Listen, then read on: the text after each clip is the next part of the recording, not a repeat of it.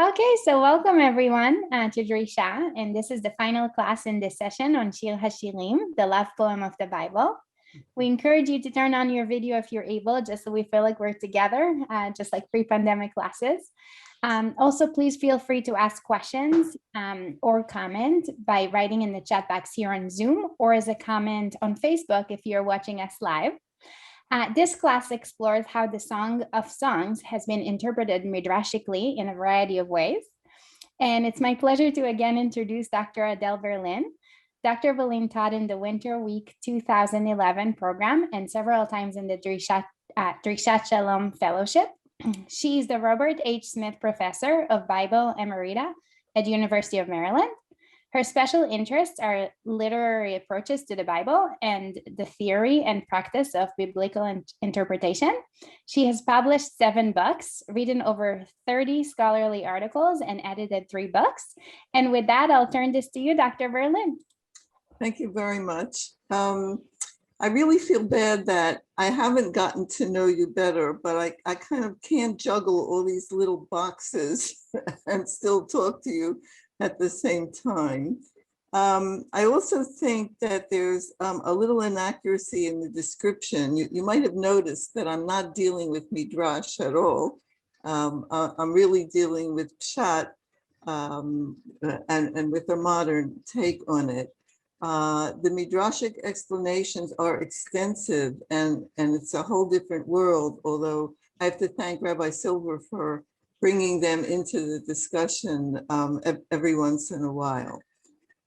Since I always run out of time at the end, let me just sort of review and just say something about the book as a whole, in that it's an extraordinary book because it talks about erotic love. You don't expect something like that in the Bible, in a canon, in high-flown literature, although there is good love literature that is high literature, like Shir Hashirim. What the other thing that's interesting about it is that it's a woman's perspective. The woman is the main speaker. Some people think she's the only speaker throughout.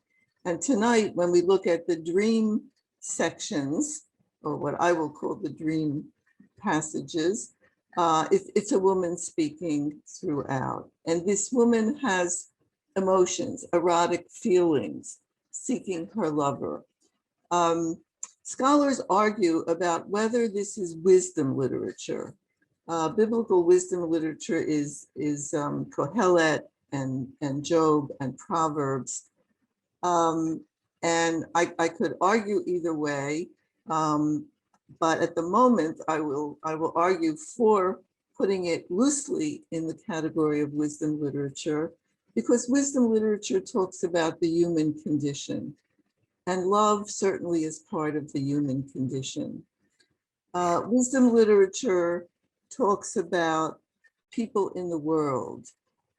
It talks about the world in general, and it's human-centered. Now, wisdom literature does include God, does include what we would call religion, and that part is largely absent in Shir Hashirim. You barely get God's name. There's an argument about that too, whether Shal Hebet Yah in chapter 8 contains God's name. And you certainly don't get, good and bad, what you should do and shouldn't do. The way you get in Proverbs. It's not totally speculative like Job and Kohelet, but it is very much a human book, and I'm personally glad that it got into the Bible. I want to tonight look at 2 relatively short passages, and the first thing I want to note about them is that they are little narratives. When you think about biblical narrative, you think about, for instance, the Torah narratives or the narratives in Shmuel and in Malachim. These are long narratives. and they're generally told by a third-person anonymous narrator. That's not the case for these little narratives here. First of all, you should note that although we think of this as poetry, the Bible has relatively little poetic narrative. Most of the narrative in the Bible is prose. There are poetic narratives in the book of Psalms, but they generally are poetic retellings of parts of the Torah. So there's very little poetic narrative. And in the song itself, although a lot of it is not narrative, we do have some narrative sections, and two of them we're going to look at. The woman is the main character in both of these episodes. All the actions and words are her. Her lover is passive, he's silent, he's the object of her desire, but it's almost like he isn't there. And indeed, he isn't there. She can't find him. There are watchmen. There was other characters come into this little story, watchmen, and they're even given some words, which are quoted by the woman. But I consider them not real characters. I think they're more like props. They help the plot. They help the woman explain how she's searching for her lover. They're not full-fledged characters. And yet there's a certain immediacy in this. You can go through the steps with her as she's telling it. The setting of these narratives is also different from most of the book. Most of Shir Hashirim is set in the daylight, in springtime, in lovely gardens, or sometimes in urban settings. But this one is at night. It's dark. It's even a little foreboding in certain ways. So the setting is very different from what we have elsewhere. I find that there's something very surreal about this. And again, in a dream, it is dreamlike. Don't think of it as something that really happened or really could happen. We'll go through it and see in detail why that is so. But basically, in ancient Israel, no young woman would walk around the city at night by herself looking for her lover. I mean, that's not real at all. There's also a warp in time. The action moves abruptly and it's somewhat disconnected. She's in bed, no, she's in the city, she's moving around. You're not sure how she got there. The watchmen appear from nowhere. In other words, there are a lot of strange things. It's almost modern in the way it creates its atmosphere. The consensus is that this narrative is fictional. It shouldn't surprise you. That the woman never actually got out of bed and roamed around the city. But there's a big debate about whether she is actually asleep and dreaming or whether she's awake and fantasizing. I don't actually think this argument is worth taking a lot of time about, but I'm reflecting what goes on in the modern commentaries where they're hung up more on her psychological state. It's the way I understand this as literature, and in literature, there are dreams. In ancient literature, there are dreams. I found actually some references to studies of Greek dreams in the Odyssey. And while in most cases, the people are asleep when they're dreaming, there are a couple of cases where the people are awake while they're dreaming. So in literature, it's possible to be dreaming while you're awake. And the real signs that it's a dream is that it's at nighttime when a person has gone to bed for the night, or is in bed, or other people are asleep. In other words, you should be asleep at this time. Whether or not the dreamer is asleep or not is, depends on the literary piece. And you can take your choice about how you want to see it here. But the setting fits. That is, the woman has gone to bed for the night, and it really sounds like a dream scene. The reason that there's some ambivalence is that, on the other hand, sleeplessness is a sign of love. People in love, pining for their beloveds, can't sleep at night. So there's something to be said about the ambivalence of her. The separation from the lover causes sleeplessness. We have that in Akkadian literature as well. So that is the basic setting here for what's going on. And now I want to look at it in detail. So if you'll take a look at your handout. Let me just mention also, there are two dreams, one in chapter 3 and one in chapter 5. They are similar but different. In chapter 3, the woman finds her lover and brings him home with her, and that turns out very positively.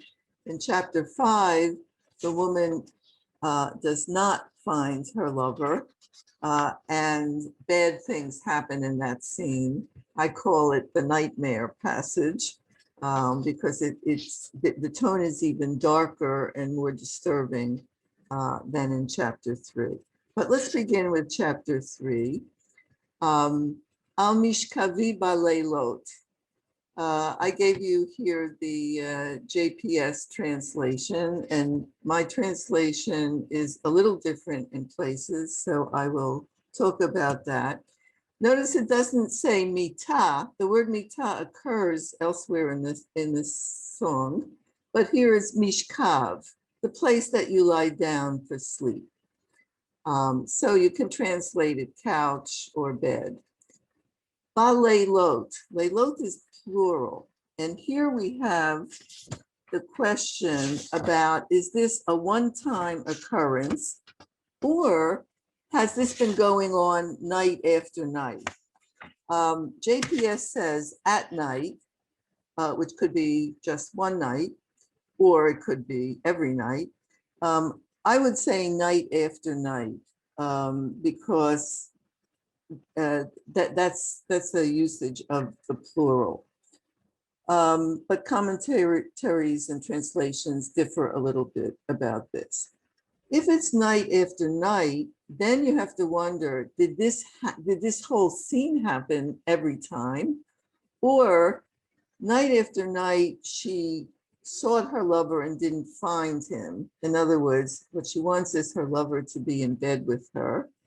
But on one particular night, she decided, oh, I have to get up and go around the city to try to find him. And you notice how the kashti below mitzati, to look and to find, keep recurring here, because that is the essence of what's going on. Asovava ba'ir. She's going to go into the city, bashvakim uvarachovot. Now, if you know modern Hebrew, rechov is street and shuk is marketplace.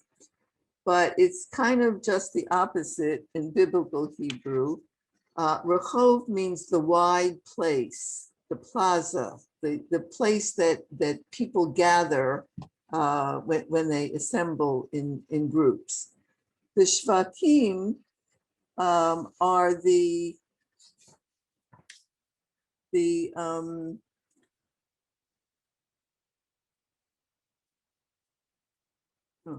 excuse me, the shvakim are the streets. Those are the alleys where the marketplace is. Think of Machane Yehuda if you've been there. A lot of alleys with booths selling different things in them. This is like the totality of the city, the narrow places and the wide places. She's going to look all over the city to try to find her lover. Mitzaoni hashomrim, hasovavim ba'ir. Suddenly, the shomrim, the guards, the watchmen, found her. And again, the word matzah comes there. In this case, it's the watchmen who are finding her. And these watchmen are sovavim ba'ir, just the way she was sovevet ba'ir. And it almost looks like they're taking the same circuit around the city. I'm not going to say too much about these watchmen. Generally speaking, though, in the Bible, watchmen are stationary. They don't patrol. We think of police patrolling an area. In Greek literature, we do in Greek cities, there were some patrols going on, but we don't have other cases in the Bible of shomrim actually going around the city. That shomrim stand on the walls to protect the city, or stand in front of temples or palaces or things like that. The next few words, et she'ahava nafshi re'item, she doesn't even, that's a quote, her own words that she's quoting, but it's not introduced at all. And what she says to them is, have you seen the one I love? Have you seen the one? Now, she doesn't describe him. She doesn't say his name. This is, again, part of the surreal nature of the scene. Are they supposed to know who she's looking for? She doesn't say, have you seen a young man walking around somewhere? No, she says it this way, because it's so much on her mind. She'ahava nafshi, she wants the one she loves. Kimat she'avarti mehem ad shematzati et she'ahava nafshi. This again is weird. They don't respond. She doesn't even wait for them to respond. Suddenly she's moved on. Immediately after she passed them, she found the one she was looking for on her own, without help from the shomrim. Achastiv velo arpenu ad shehevitiv el beit imi el cheder horati.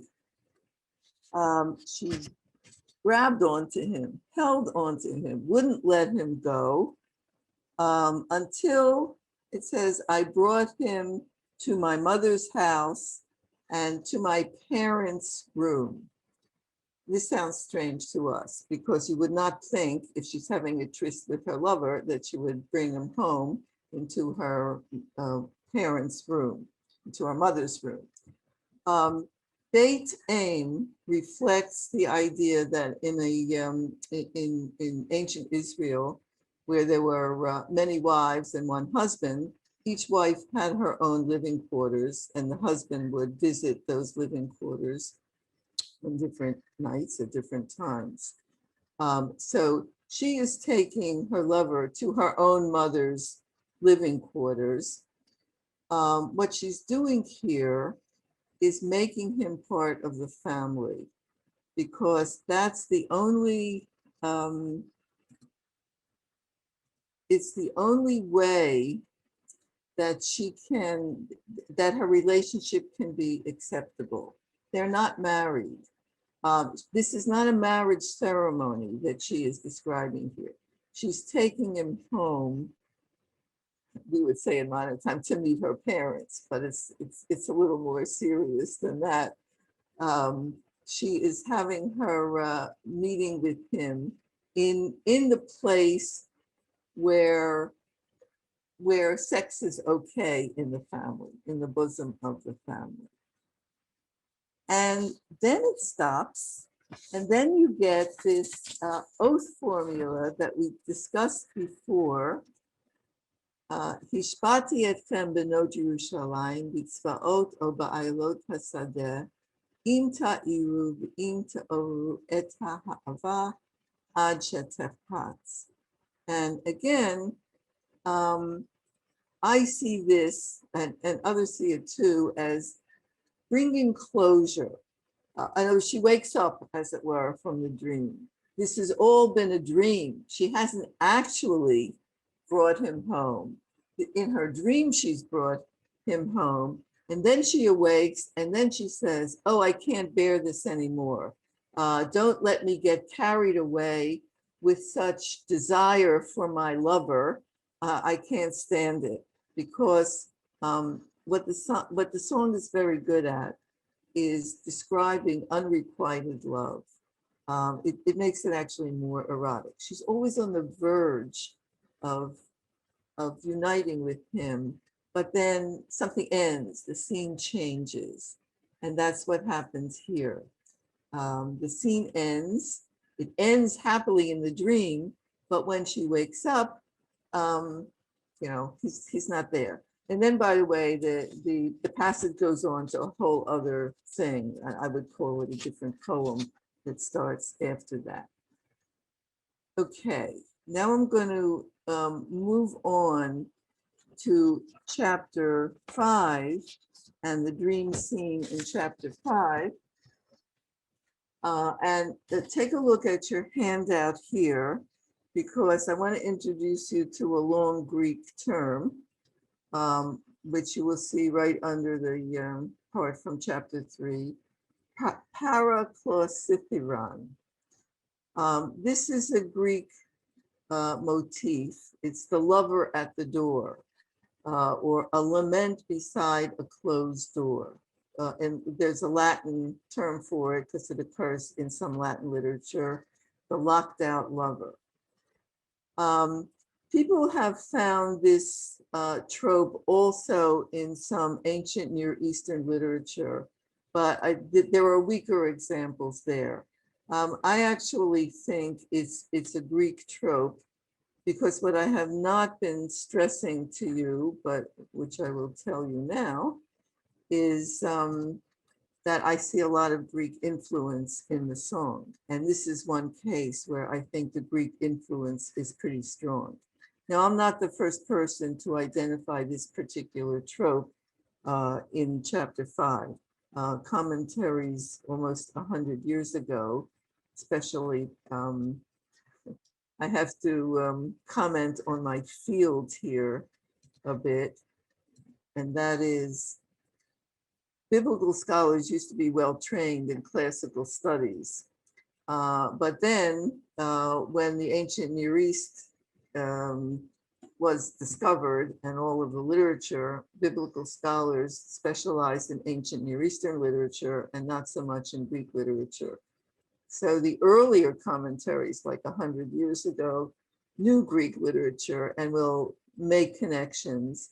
Nowadays, there are more connections made with Akkadian and Egyptian literature. I think they're both relevant, but I think that we have to put the Greek back into the story here. But back to this trope for a minute. It has certain components to it. Not all of them are present in all examples, but it's a lover standing outside a door, pleading to be let in. The lover, the man, is outside, generally speaking, and the woman is inside. It's always at night, usually a long, dark winter night. It's cold and rainy, and the woman refuses to open the door. And there's a lot of focus on the door and its parts, including the man banging on the door, trying to break it down. Sometimes the man will yell and scream at the door. And sometimes the man will place wreaths or flowers or perfume on the door. In other words, as if trying to implore the door to open.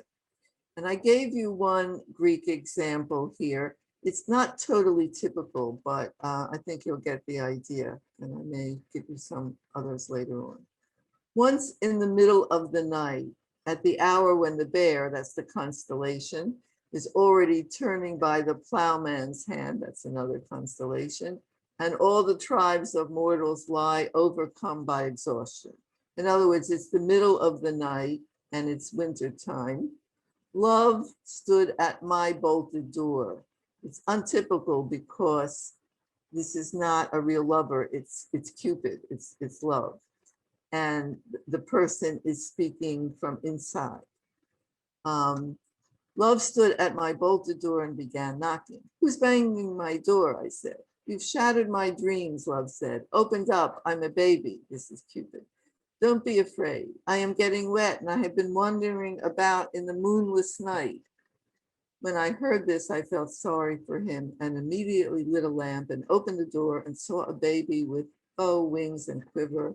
I made him sit by the hearth, warmed his hands in my palms, and squeezed the water from his hair. When the cold had relaxed its grip, he said, come, let's try this bow to see if the string has been damaged by the rain. He drew it and hit me right in the heart, like a stinging gadfly. And he leaped up, chuckling, and said, stranger, rejoice with me. My bow is undamaged, but your heart will be sore. The Greek love poems and passages are often ironic. They're often, in jest. They're often not serious, like this one. Here's another one. The night is long and it is winter weather, and night sets when the Pleiades are halfway up the sky. I pass and repass her door, drenched by the rain, smitten by desire of her, etc., etc. Okay, so you need to know that to understand what's happening in chapter 5, but you also need to know that the song has changed the components. And you can see the components, but a lot of times he's reversed them. He's softened them. For instance, it's not winter in this because the lover has dew on his head, and dew is the equivalent of rain in the summertime. So dew is not like rain and cold. It's nighttime. The lover does not. The lover knocks hard on the door, but then the lover opens the door or begins to open the door also. So it's as if the author of the song is playing with this Greek trope, making it fit the tone of the song better. Dr. Berlin, just a quick question from the chat here. Sure. Wait a minute. Let me get back to I keep switching. Yes, go ahead. Chaya is asking, what is LCL in this context? What is? I think she wrote LCL. Chaya, do you want to elaborate on that? Is it in the chat? It's in the chat. Sorry. Let me look at. Oh, LCL. That's the Loeb Classical Library. Okay. The Loeb Classical Library is online, and it has it's this multi-volume work of Greek and Latin in the original and in translation. So I look there for a lot of my Greek and Latin passages, but good question. Okay, let me go back now to look at the text. This starts a little differently from chapter 3. It's Ani yeshena v'libi er, and this is really looks like a contradiction. I am asleep, but my heart, that is my mind, is awake. So before you could say al mishkavi baleilot, she could be asleep, but here is that real ambivalence about being awake but dreaming. At the very least, she has gone to bed. Whether she's sound asleep or not, we don't have to decide. Kol dodido faith. What she hears is her lover dofek knocking on the door. Now, the word knocking, dofek, actually means to push hard against, to bang on it. And that is similar to what we have in the Greek tropes. Oh, by the way, what's interesting in this passage is not once is the word door mentioned. The lover is knocking, but it doesn't say he's knocking on the door. Later on, he's opening. She gets up and puts her hand on the sockets of the lock, but it doesn't say the lock of the door. And it was almost as if the song purposely is not mentioning the word door, but it's obvious that the door is being spoken of here. Okay, so he is knocking hard, banging on the door and saying, Pichili achoti rayati yonati tamati. These are 4 epithets. He's used, Rayati is the most common. He also calls her Yonati somewhere else and Rayati. He puts them all together. I like to think that he's buttering her up so that she will open the door. He's piling on these nice ways of referring to her. So why should she open up? Sheroshi nimlatal. She should let him in because his head is wet from dewdrops. There's little droplets in his hair. Now that's a very weak excuse. If it were a cold winter night and he were freezing out there and dripping wet, I could understand. But that he has some dewdrops in his hair is again the way the song is playing with this Greek trope. Okay, then she says, and it's not clear here whether she's speaking to him or to us, the audience. Hashadati et kutanti echacha el beshena rachasi et raglai echacha atanfen. This also sounds like a weak excuse. Why is she not coming to open the door for him? Well, she took off her dress and washed her feet. I would say, I will just interpret this mildly. She settled in for the night and she doesn't want to get out of bed and let him in. Or she's undressed and she's not prepared for visitors. Others say, I would say more extreme things like she's telling them she's waiting for him lying in bed naked. But I'm not sure that I want to go that far. In any case, I think that she's playing here. I don't think this is serious. In some way, she is egging him on. Also strange here is Rachasi et raglai. It's not strange that she washed her feet.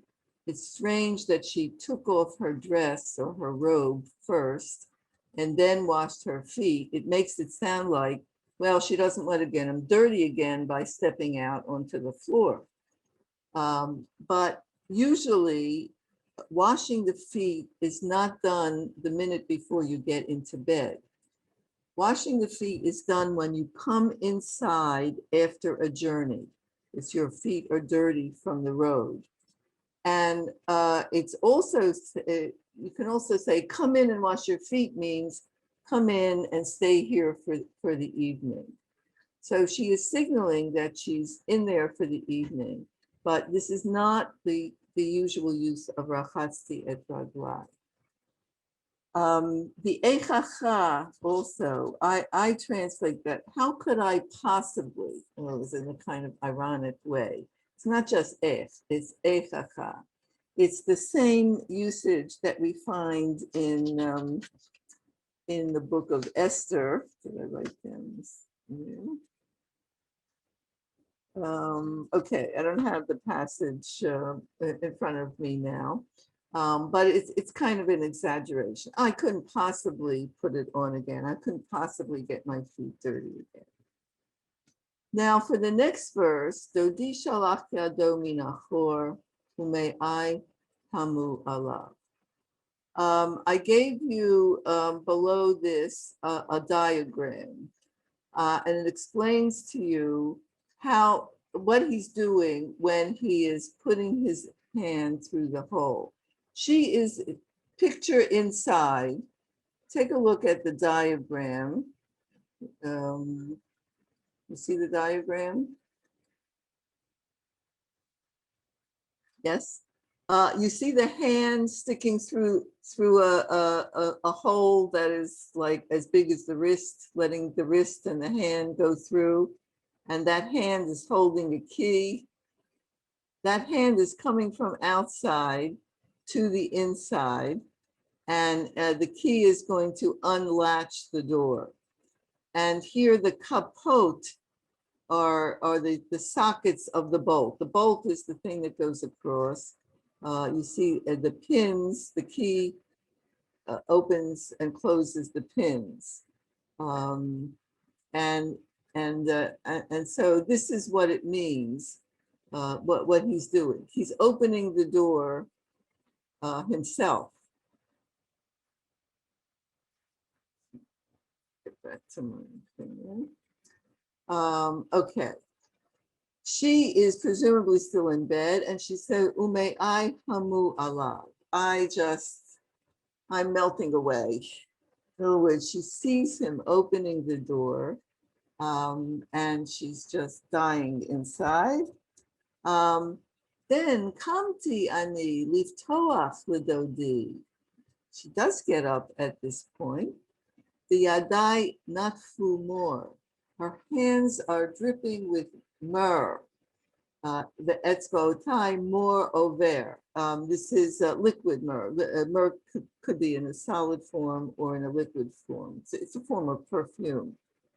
Al kapot haman'ul. Your diagram showed you kapot haman'ul, the sockets of the lock. Notice again, the word door isn't there. So what is with this myrrh on her hands?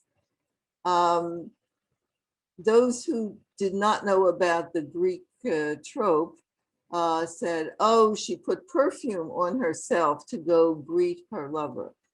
But the better explanation is, in keeping with the Greek trope, the lover had put perfume on the door when he was trying to open it.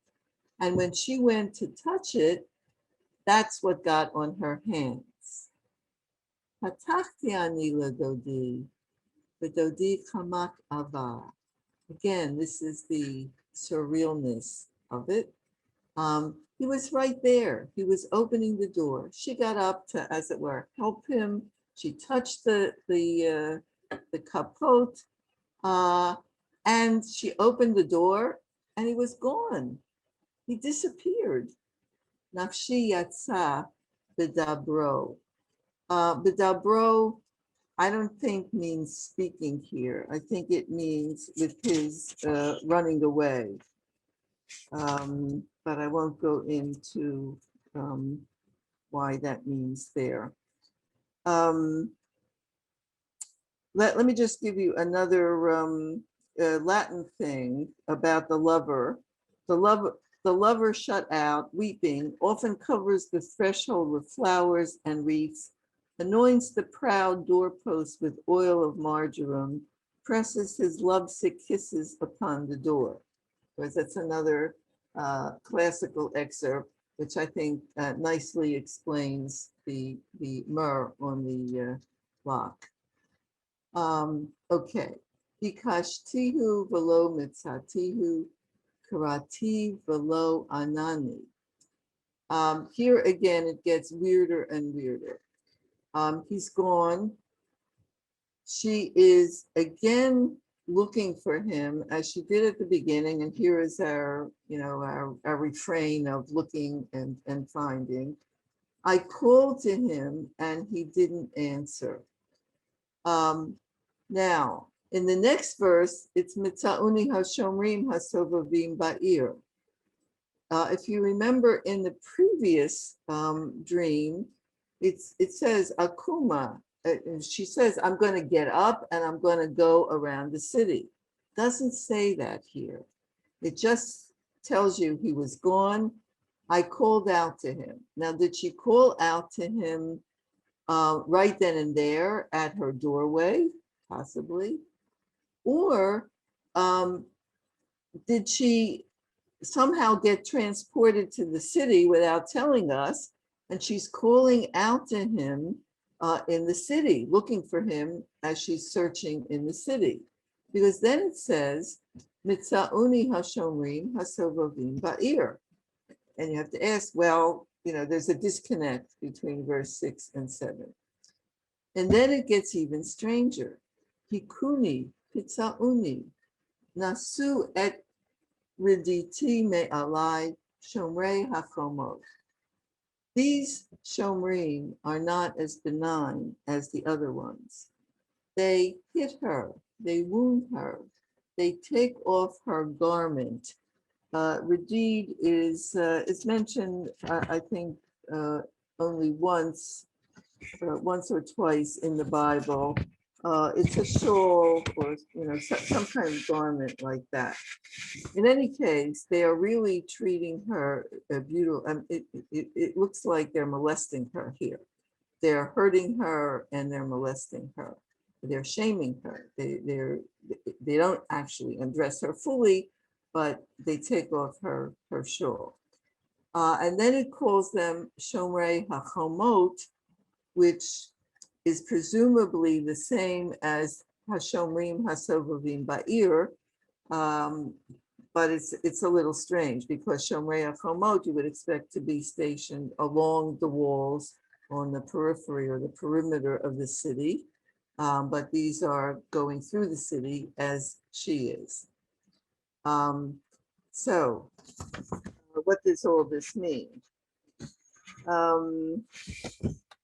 Why did the watchmen beat and bruise her and remove her garment?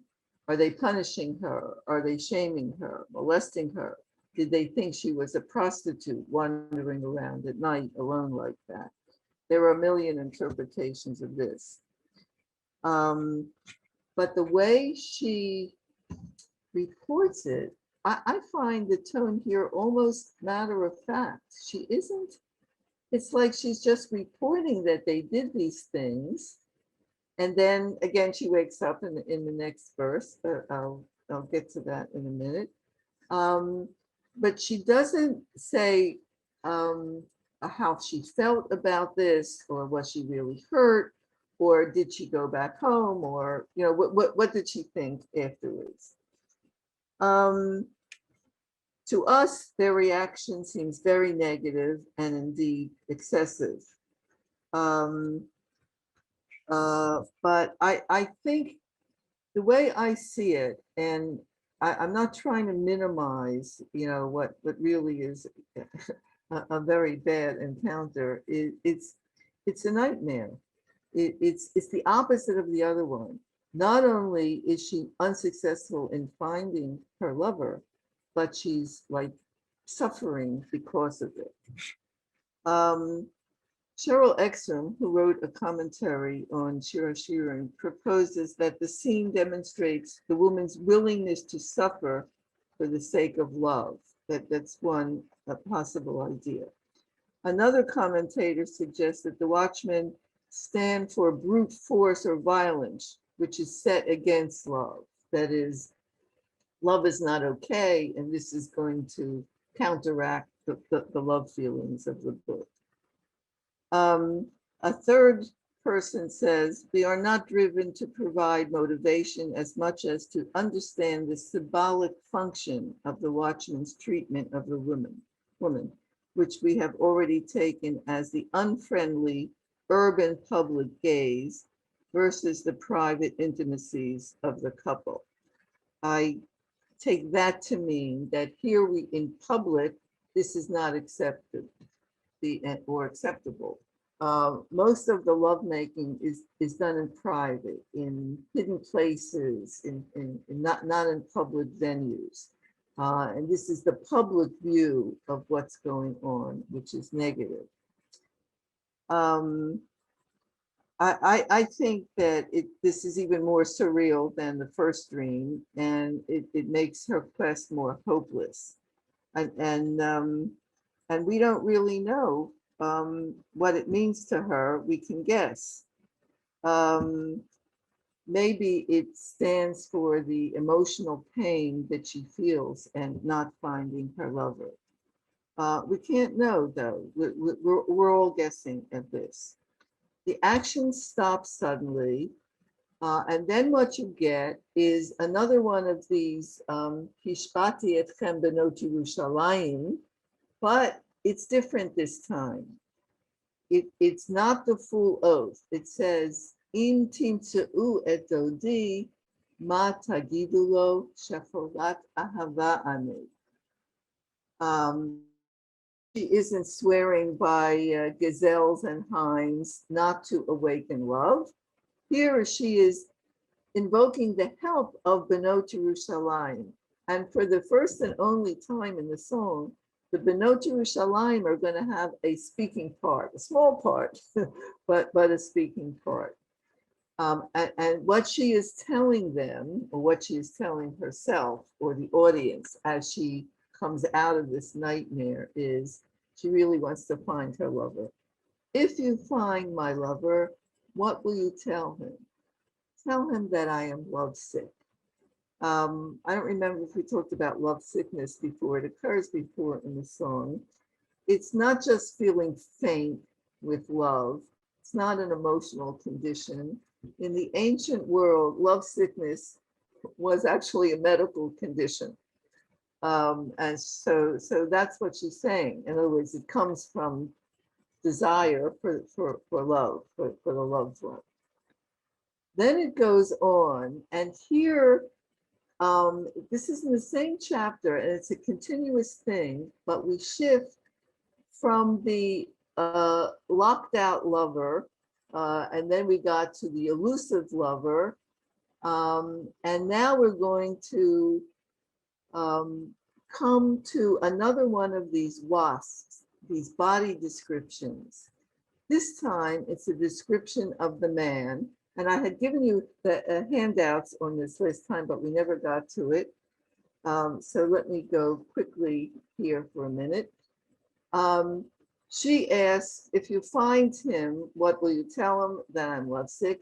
They say, Ma dodech midod, hayafa banashim, ma dodech midod, shekacha hishpatanu.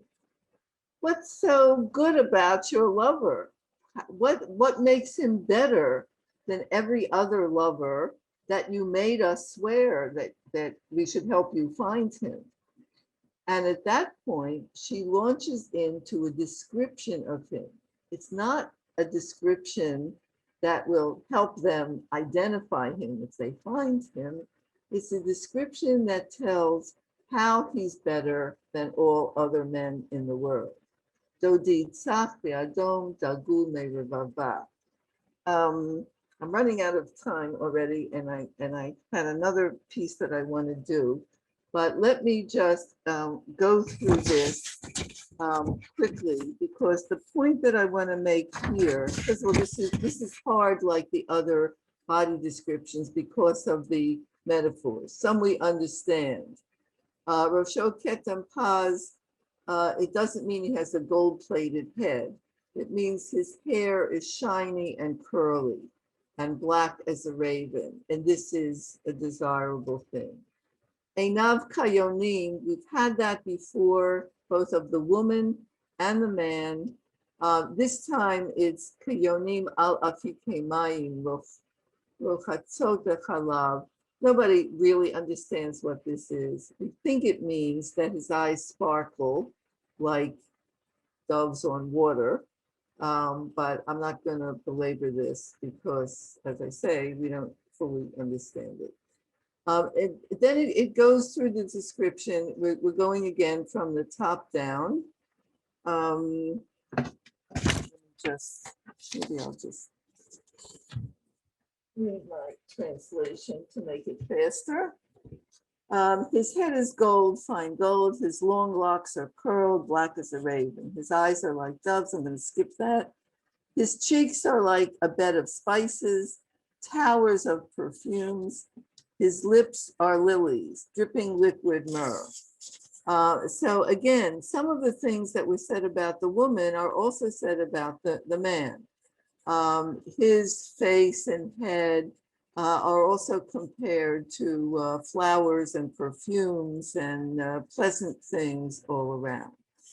Then when we get to verses 14 and 15, it talks about his arms, his abdomen, his thighs, and they are rods of gold inlaid with Tarshish gems. His abdomen is a panel of ivory covered with lapis lazuli. Suddenly, we're not in the garden metaphor area. We're in the precious metals and materials that are used here. Because of that, many people think that what's being described here is a statue. I don't think it's a statue. It's a real person who's being described with the most expensive, most beautiful things that are around to be had, that were used not only for statues, but for temples and palaces and things like that. And there are metaphors. He doesn't really have gold-plated arms or silver, whatever. They are like silver. They are like these gemstones that are set in. And by the way, some of the translations for verse 15 have him standing on a base. He's not standing on a base. Shokav means his upper legs, and his lower legs are adnei paz. By the way, amudim and adanim are used in the temple, in the sanctuary. The interesting thing, and let me make the point. Okay, let me go to the Greek male body description. I think I gave this to you last time, but I gave it to you again here, because the point is, I think the model of good looks is again a Greek model. There are very few biblical models in total of what a good-looking man looks like.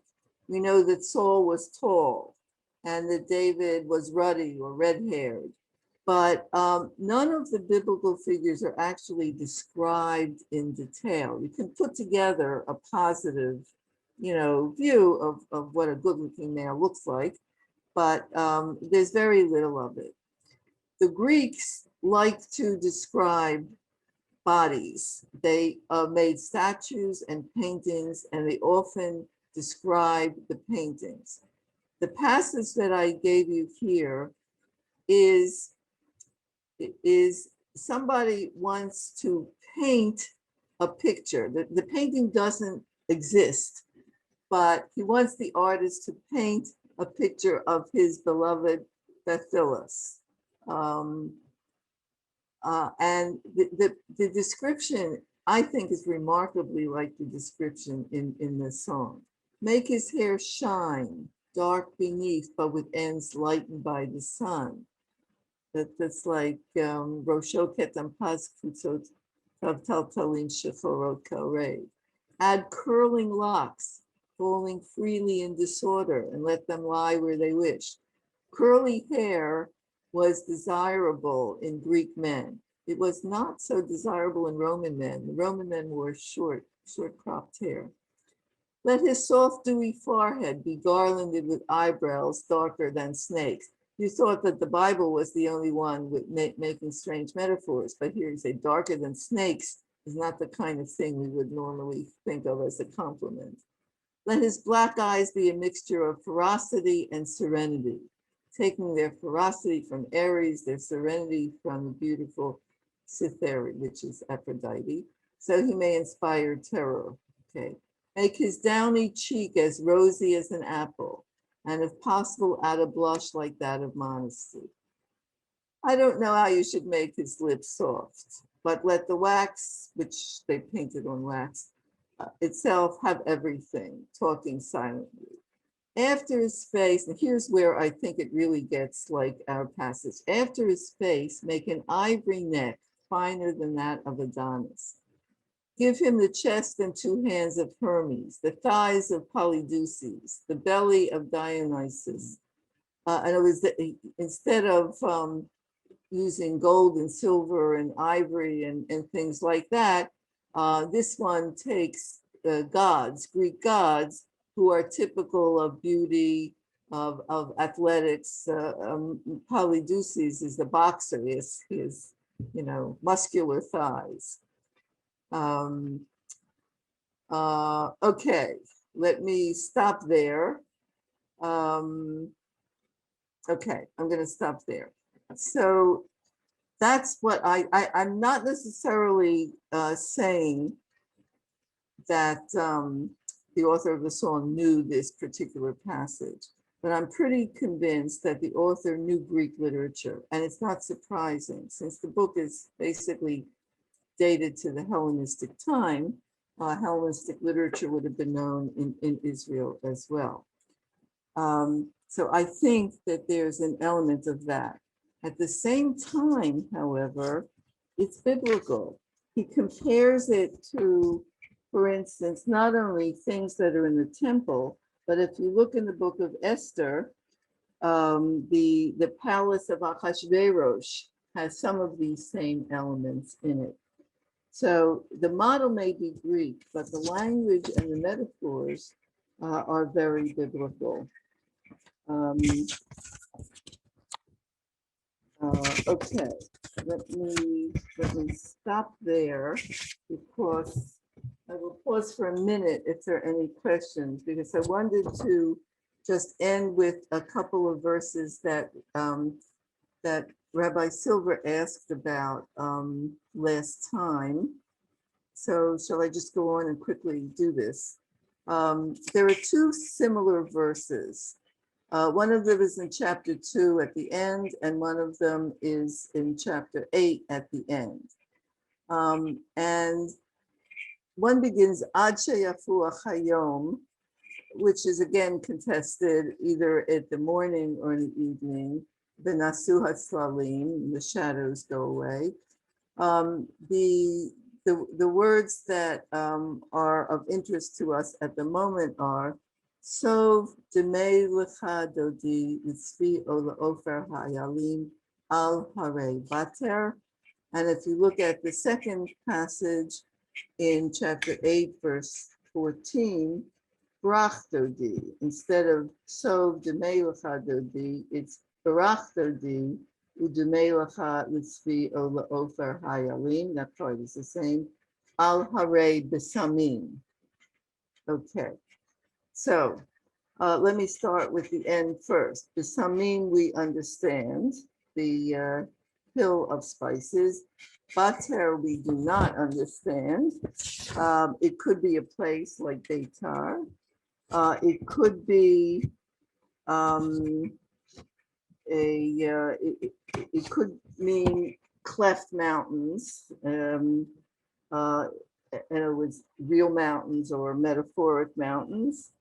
Some people say it means the women's breasts, mountains of separation, or it may mean the same thing as Hare Besamim, mountain of spices. Everyone takes these as not real mountains, but as, well, certainly Besamim as representing the woman herself, who has been described numerous times as sweet smelling, sweet tasting, etc. The real question is, Tzvi and Ofer Ayalin, he should do it quickly, as fast as a gazelle. There was another little narrative passage in chapter 2, I think, in which she imagine him coming to her, leaping over the mountains like a gazelle. So the image of a gazelle or the Ofer Ayalim is of a very quick animal, leaping quickly, moving quickly. She wants him to move as fast as a quick animal. The question is, in what direction is she supposed to go? Sov. Now, sov means to turn around. So is he turning around? Is he with her and he's turning around to go away? Or is he somewhere else and he's turning around to come to her?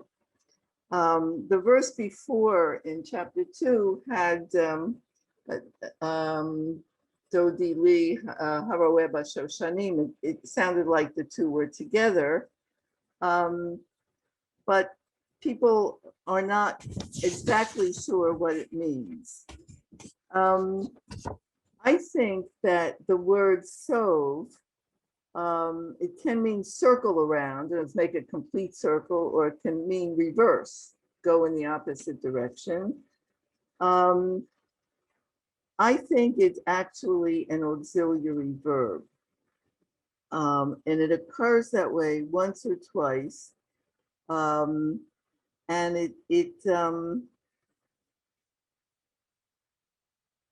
when it's used and it's as an auxiliary, it loses the sense of motion. It just means turn to do something quickly.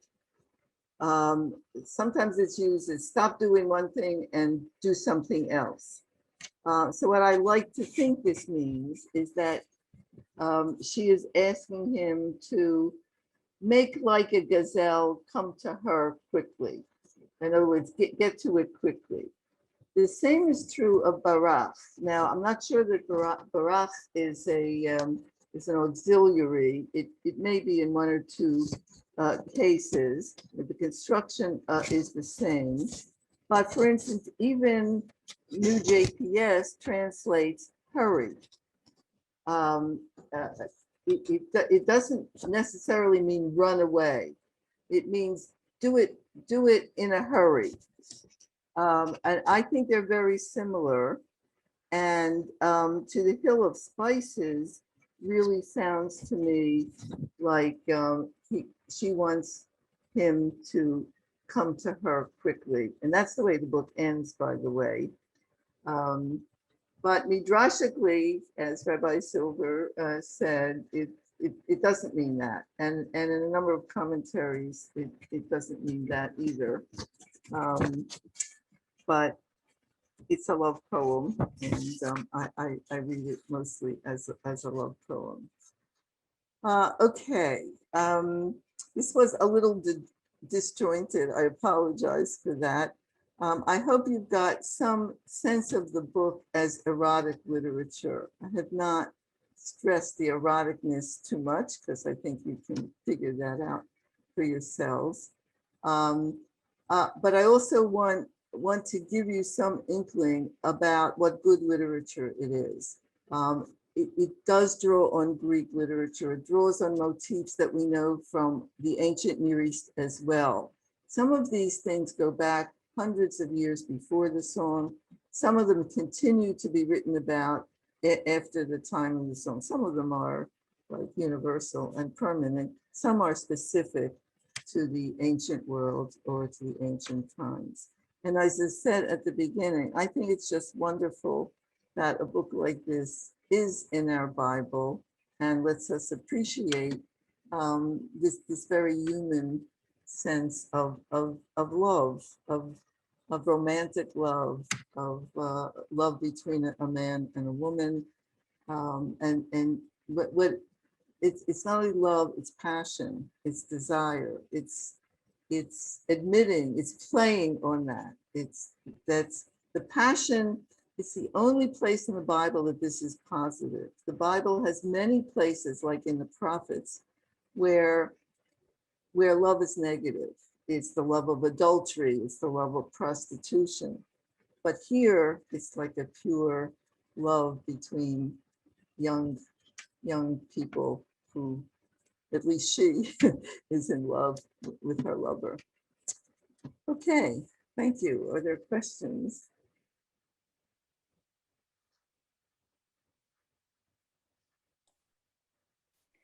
Rabbi Silver, just unmute first. Oh, wait a minute. We have some. Why is it in their canon? Well, oh, okay. So, why is it in the canon? Or two questions go along the same lines. I can't give you a definitive answer. A number of people think that it was in the canon because it was already being interpreted not as purely an erotic love poem or poems, but it already had its allegorical interpretation of love between God and Israel. It's possible. In other words, what we don't have is early commentaries. We don't have, by the way, the Dead Sea Scrolls include some parts of this book. So we know it was known to the community at the Dead Sea. It was read by then. It was presumably part of their canon, if we could talk about a canon. But we don't have what's called a pesher on it. We have no commentaries on it. And it's a relatively late book. So even within the Bible, there don't seem to be, comments about it, something that would let us understand how it was interpreted before it got into the canon. My sense is since it's a late book, it's in Tuvim, it was one of the later books to go in. Rabbi Akiva is very protective of it because he doesn't want it to be misused. He doesn't want it to be sung in bars and cafes and made light of. But I think that's because it was already in his canon and probably being interpreted midrashically. As I said, the midrashic interpretation works on a whole other level. It's not only, it's the whole thing is an allegory. It's not taken as love between humans at all. But I would love to know, was there an argument early on about this? There were several books. You could ask the same about Kohelet, by the way, which has its skeptical parts of it. So I can't answer the question. I would like to know myself how it got in. It may be that it was simply popular.